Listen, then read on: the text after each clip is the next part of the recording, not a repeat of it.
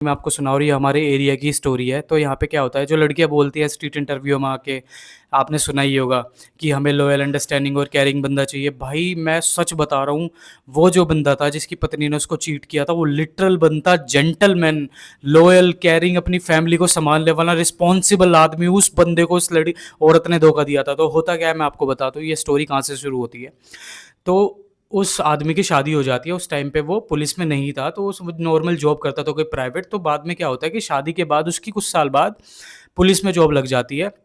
तो उनके 2 बच्चे हो जाते हैं, 2 छोटे-छोटे बच्चे हो जाते हैं उनको। तो काफ़ी साल बाद जब उनका सब कुछ अच्छा चल रहा होता है, उस टाइम तक कोई दिक्कत नहीं थी उनमें।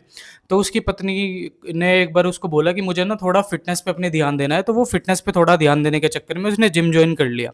तो वही मोहल्ले में एक आदमी रहा करता था, वो फ़िटनेस फ्रीक था, अच्छे खासे उसकी बॉडी थी, मतलब ऐज के हिसाब से अच्छी बॉडी थी उसकी। तो अब होता क्या है, पति उसको स्टार्टिंग में तो छोड़ने जाता है, उसकी मम्मी कभी-कभी जो आदमी था उसकी मम्मी उसको छोड़ने जाया करती थी धीरे-धीरे। तो स्टार्टिंग में कोई दिक्कत नहीं थी, पर बाद में कुछ टाइम बाद पता चला कि वो जो आदमी वो भी उसी एरिया का था, और वो जो औरत थी वो जिम में जा साथ में जाया करते थे लास्ट में। तो उनकी बातें-बातें हुई। मैंने लिटरली अपनी आँखों से देखा था, एक दिन वो बात भी कर रहे थे। तो मुझे नहीं पता था, मैंने सोचा चलो नॉर्मल होगा। तो धीरे-धीरे कुछ समय के बाद पता चला वो दोनों फिज़िकल हो जाते हैं। अब आप मुझे बताओ, 2 वो आदमी जिसके 2 बच्चे थे, वो औरत जिसके भी 2 बच्चे थे, काफ़ी बड़ी-बड़ी ऐज के। भाई उस आदमी की औरत इतनी जेंटल औरत थी, इतनी, मतलब अभी भी है, उनका डाइवोर्स नहीं हुआ है, उतनी जेंटल औरत। और उस औरत जिसने उसको धोखा दिया, उसका पति इतना जेंटल भाई, उसके बावजूद वो उन्होंने एक दूसरे को धोखा दिया है। वो बंदी जिम में जाके, अंधेरा सा आ रहा है यार, पता नहीं क्या हो रहा है।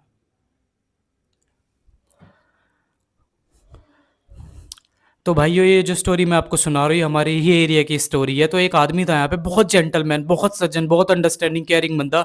कभी किसी से उसकी लड़ाई नहीं हुई। तो होता क्या है, जैसा लड़की बोलती है स्ट्रीट इंटरव्यू में हमें लॉयल, अंडरस्टैंडिंग और केयरिंग बंदा चाहिए, वो लिटरल में वैसा बंदा था भाई। अब होता क्या है कि वो उसकी शादी हो जाती है। वो उस टाइम पे प्राइवेट जॉब कर रहा था। तो उसकी शादी हो जाती है, और शादी के कुछ साल बाद उसकी जॉब जो है वो पुलिस में लग जाती है एज ए कांस्टेबल, ठीक है। अब वो बंदी जो है, कुछ साल बाद शादी के बाद जब उनके 2 बच्चे हो जाते हैं, काफ़ी बड़े हो जाते हैं वो, तो उसके बाद उसकी पत्नी उसको बोलती है कि मुझे ना थोड़ी फिटनेस पे ध्यान देना है, मुझे जिम जॉइन करना है। तो उसका पति अंडरस्टैंडिंग था, तो उसने जिम जॉइन करवा दिया उसको। तो अब उसी के एरिया में एक आदमी रहता था, वो फिटनेस फ्रीक था, वो वहीं पे जिम जॉइन किया करता था, वो यूनिसेक्स जिम था। उस आदमी के भी 2 बच्चे थे, उस औरत के भी 2 बच्चे थे। तो जिम में जाके कुछ टाइम बाद जब उनकी गुलू-गुलू शुरू हो गई, तब तो किसी को कुछ भनक नहीं हुई। बाद में जाके पता चला कि वो दोनों फिज़िकल हो गए हैं, किसी ने बताया होगा या किसी ने पकड़ा होगा उनको, जो भी। भाई मुझे तो ये समझ नहीं आता कि वो इतना अंडरस्टैंडिंग और केयरिंग बंदा, इतना मतलब सज्जन आदमी, उसकी पत्नी उसको धोखा दे कैसे सकती है? वो अपने परिवार की सारी रिस्पॉन्सिबिलिटी चला रहा था, अकेला बंदा सारी रिस्पॉन्सिबिलिटी ले रहा था। जबकि उसकी पत्नी वहाँ जिम में गुलछर्रे उड़ा रही थी। और वो जो आदमी था उसके भी 2 बच्चे थे, और उसकी पत्नी भी इतनी जेंटल थी जिससे उसको कोई मतलब नहीं किसी से, बस अपने परिवार का पालन-पोषण करने से मतलब था।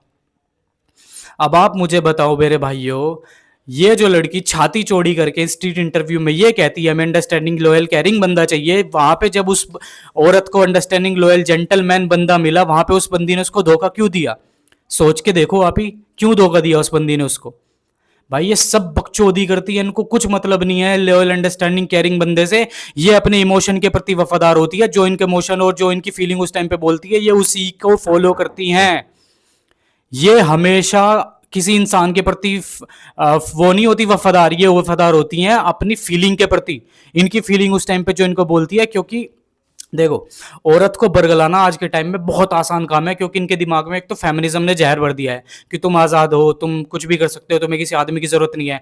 तो औरतों को बरगलाना सबसे आसान था, इसीलिए जो बड़े बड़े अमीर आदमी हुए हैं, इन्होंने क्या करना शुरू किया, इन्होंने दुनिया के अंदर लाया फेमिनिज्म।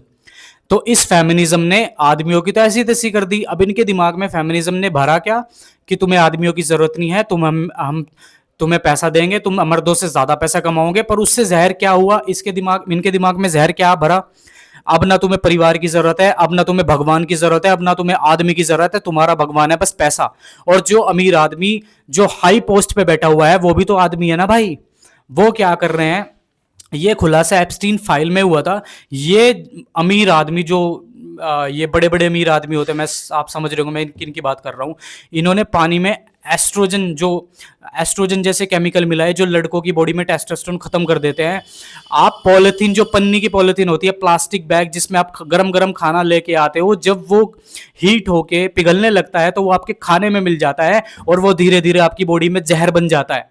उससे भी जो आपका टेस्टोस्टेरोन है वो कम हो रहा है। आप जितना फास्ट फूड खा रहे हो टेस्टोस्टेरोन कम हो रहा है। आप सिगरेट पी रहे हो, आप सांस तक ले रहे हो, उससे भी टेस्टोस्टेरोन कम हो रहा है। आप प्लास्टिक की बोतल में पानी पीते हो, उससे भी धीरे धीरे टेस्टोस्टेरोन कम हो जाता है। पर आज के टाइम में जेनजी जनरेशन नहीं समझना चाह रही है, इनको बस सेक्स दिख रहा है। अरे भाई सेक्स करेगा कैसे बहन के लोड़े, कैसे सेक्स करेगा जब तेरा टेस्टोस्टेरोन ही नहीं बचेगा।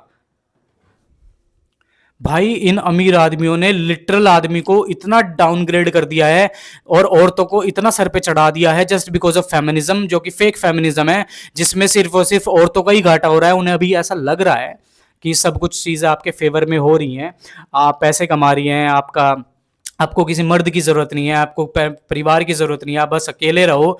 ये चीज़ धीरे धीरे पता चलती है, क्योंकि जब नई नई चीज़ें होती हैं, आदमी का टेस्टोस्टेरोन कम होना भी धीरे धीरे ही हुआ है शुरू, 40-50 साल बाद। तो अभी औरतों को इस चीज़ का जो ड्रॉबैक है वो नहीं दिखेगा, अभी इनको मज़ा आ रहा है, तो अभी इनको मज़ा लेने दो, इनको मत समझाओ। मेरे मानने में तो मत समझाओ औरतों को, क्योंकि औरतें नहीं समझेंगी।